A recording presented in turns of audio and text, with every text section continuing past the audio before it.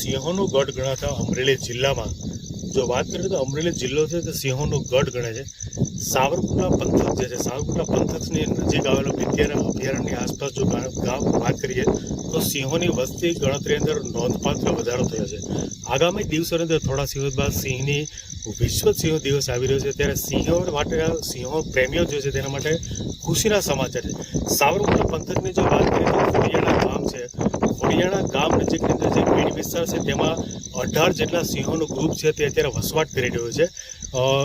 સિંહો નર માદા અને તેના બચ્ચાઓ મળીને કુલ 17 થી 18 જેટલા સિંહો છે તેનું ગ્રુપ અત્યારે જે છે તે આ વિસ્તારની અંદર રહેઠાણ બનાવી ચૂકે છે. ચોમાસાની ઋતુ દરમિયાન ખાસ કરીને જો વાત કરીએ તો આ વિસ્તાર જે છે તે લીલો ઘટ્ટા છોપ જે વનરાયું જે છે તે અત્યારે જામી ગયા છે, તેવા સિંહોએ પોતાનો વસવાટ શરૂ કરી દીધો છે. આસાનીથી શિકાર મળી રહે તેના માટે સિંહો છે તે રેવન્યુ વિસ્તાર તરફ વળે છે. જંગલ છોડી શિકાર આસાનીથી મળી રહે તેના માટે સિંહોનું ગ્રુપ જે છે તે જંગલ છોડી અને રેવન્યુ વિસ્તારની અંદર વસવાટ કરવા માટે આવ્યા છે. એક એક્સક્લુઝિવ દ્રશ્ય તમને બતાવવા માંગીશ. સાવરકુંડલા પંથકનો વિસ્તાર છે, ખોડિયાણા ગામ છે. ખોડિયાણા ગામનો રેવન્યુ વિસ્તાર છે. રેવન્યુ વિસ્તાર છે તેની અંદર 18 જેટલા સિંહોનું એક ગ્રુપ તમને એક્સક્લુઝિવ દ્રશ્યો તમને બતાવવા માંગીશ. મારા કેમેરામેનને કહીશ કે થોડોક કેમેરો ઝૂમ કરે. 18 જેટલા સિંહોનું ગ્રુપ જે છે અત્યારે એક સિંહણ જે છે અહીંયા જોઈ શકાય છે. આ સિંહણ છે. સિંહણની બાદ જો આગળ વાત કરીએ તો તેના બચ્ચાઓ જે છે તે અત્યારે 7 બચ્ચા અત્યારે અહીંયા આરામ કરવા રહ્યા છે. બાકીના જે બે નર જે સિંહો છે, એક નર અહીંયા નજીક સૂતો છે, આ નર છે, આ નર ઊભો છે. બાકીના બીજા 7 બચ્ચાઓ અને બાકીના મળીને કુલ જે 3 સિંહો છે તે આરામ કરતો રહે છે. સિંહણ અત્યારે છે પોતાના બચ્ચાનો રક્ષણ માટે અત્યારે જે છે તે આગળ ગઈ છે.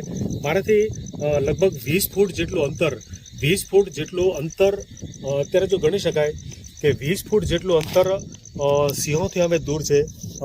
અમારું જે અત્યારે એક જે મિશન જે હતું અમે નીકળ્યા હતા સિંહોની જે અત્યારે આગામી દિવસો અંદર વિશ્વ સિંહ દિવસ આવે છે તેના અનુસંધાને સિંહોની જે વસ્તી ગણતરી થવાની છે તેના અનુસંધાને એક નોટ વન વિભાગ દ્વારા પણ જે કરવામાં આવી રહ્યો છે અને મીડિયા પણ તેમનો અત્યારે જે છે ઉલ્લેખ કરવામાં આવ્યો છે. ખાસ કરીને વન વિભાગ જે છે વન વિભાગ પણ તેના માટે અત્યારે સતત પેટ્રોલિંગ કરી રહ્યો છે. ફરી વખત દ્રશ્યો તમને બતાવવા માંગે જોઈ શકો છો કે સિંહ છે તે 10 જેટલા સિંહો છે. સિંહણ છે તે આ જે સિંહણ બેઠી છે તે સિંહણના 4 બચ્ચા પણ અહીંયા અત્યારે જોઈ શકે કે આરામ ફરવા છે. 4 બચ્ચા ઉપરથી ફરી એકવાર જોયું કે સિંહણ અત્યારે પોતાના જોઈ શકે. સિંહણ ઉપર કેમેરામેનને કહીશ કે દ્રશ્ય મારે અત્યારે કે એક પોતાની જે અદા જે કહેવાય, સિંહની જે અદા કહેવાય, કાતિલ અદા જે કહેવાય તે અત્યારે એ બિંદાસ અત્યારે ઊભી છે. આજની જ વાત કરીએ તો આજે બપોરના 3 વાગે અત્યારે જે તે સિંહોએ 2 ઘેટાનો શિકાર કર્યો હતો. એ બાદ અત્યારે સિંહો શિકારની બીજવાની માણી અત્યારે આરામ ફરવે છે. ફરી એક બીજી એક વાત કહીશ અત્યારે તમને કે સિંહો જે છે અત્યારે બરાબર 1:30 જેટલો સમય થયો છે. રાતનો 1:30 જેટલો સમય થયો છે. 1:30 વાગ્યાની અંદર સાવરકુંડલા પંથકના ખોડિયાણા નજીકનો જે આ વિસ્તાર છે એ રેવન્યુ વિસ્તાર છે. રેવન્યુ વિસ્તારમાં સિંહોએ જે વસવાટ બનાવ્યો છે તેના એક્સક્લુઝિવ દ્રશ્યો જે છે એ દ્રશ્યો આપણને દુર્લભ એટલે કે અદ્ભુત આ દ્રશ્યો છે તે ભાગ્યે જ જોવા મળતું દ્રશ્યો ફરી એકવાર તમને બતાવવા માંગીશ. કેમેરામેનને કહીશ કે જોઈશ કે સિંહો જે છે તે પોતે ત્યાં આરામ એક સિંહોનું ગ્રુપ છે, 12 જેટલા સિંહો છે તે અત્યારે આ વિસ્તારની અંદર આરામ ફરમાઈ રહે છે. ગઈકાલે રાત્રે એક બળદનું અત્યારે ગામની અંદર ખોડિયાણા ગામની અંદર શિકાર કર્યો હતો નીચે પ્રમાણેથી. ત્યારબાદ આજે બપોરની જો વાત કરીએ તો બપોરે જ અત્યારે અહીં ખોડિયાણા માલધારીના 2 જે ઘેટા છે તે ઘેટાનો પણ શિકાર કરી અને સિંહો અત્યારે અહીં જોઈ શકાય છે કે સિંહો અત્યારે કદાચ એવું લાગે છે કે પાણી પીવા તરફ, નજીકમાં નદી છે ત્યાં પાણી પીવા તરફ અત્યારે આગળ પ્રયાણ કરી રહ્યા છે. બચ્ચાઓ પણ સાથે છે. જોઈ શકાય છે કે લગભગ 4 થી 5 માસ કે 6 માસના જેટલા બચ્ચાઓ છે.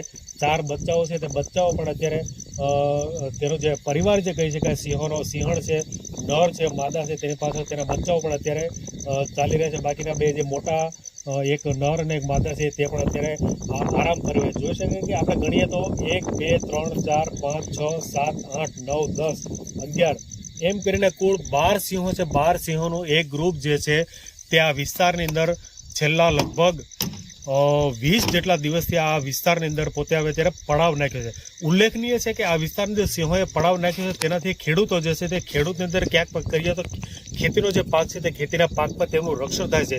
તેનું કારણ છે કે સિંહો જ્યાં સિંહોનું જે અવનગમન જ્યાં હોય છે ત્યાં અન્ય જે ખેતીના પાક છે નુકસાન કરતા જે જંગલી પ્રાણીઓ જે હોય છે ત્યાં પ્રાણીઓ આસપાસની અંદર ફરકતા નથી. બીજી મહત્વની વાત એ છે કે સિંહો જે છે તે સિંહો ખેડૂતોને કોઈ હેરાન કરતા નથી કે આસપાસના લોકો ખેડૂતો છે તે પણ સિંહોને કોઈ કરણી કરતા નથી. એટલા માટે સિંહોએ પોતાનો અત્યારે જે આ વસવાટ જે છે તે આ વિસ્તારની અંદર બનાવી રાખ્યો છે.